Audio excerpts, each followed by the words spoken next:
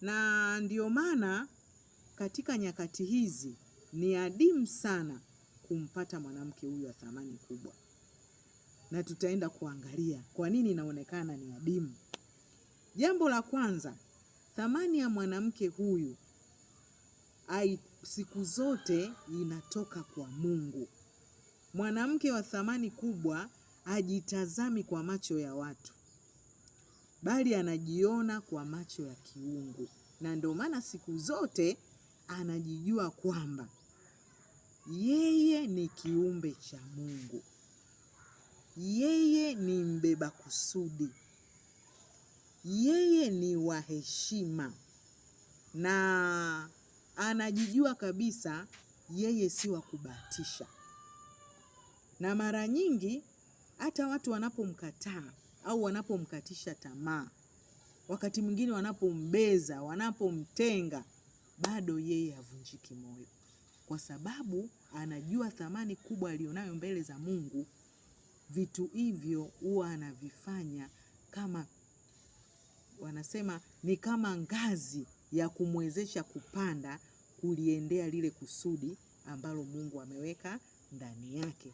Kwa hiyo vinamhamasisha kuendelea kuwa wa thamani zaidi badala ya kuondoa ubora ulioko ndani yake. Kwa hiyo tunapomwangalia Esther, huwa napenda kumtumia sana Esther mara nyingi ninapofundisha, kwa sababu ni mwanamke ambaye tunaona Mungu alimjua toka akiwa mdogo. Tunaona Esther alikuwa ni binti ambaye ni yatima, lakini pamoja na uyatima aliokuwa nao, bado alijua kwamba Mungu ameweka kusudi ndani yake.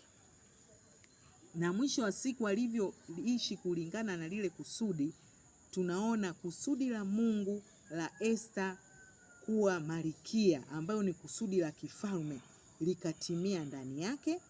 Na mwisho wa siku ile thamani yake mbele za Mungu ilimwezesha kubadilisha taifa au kulikomboa taifa zima. Haleluya.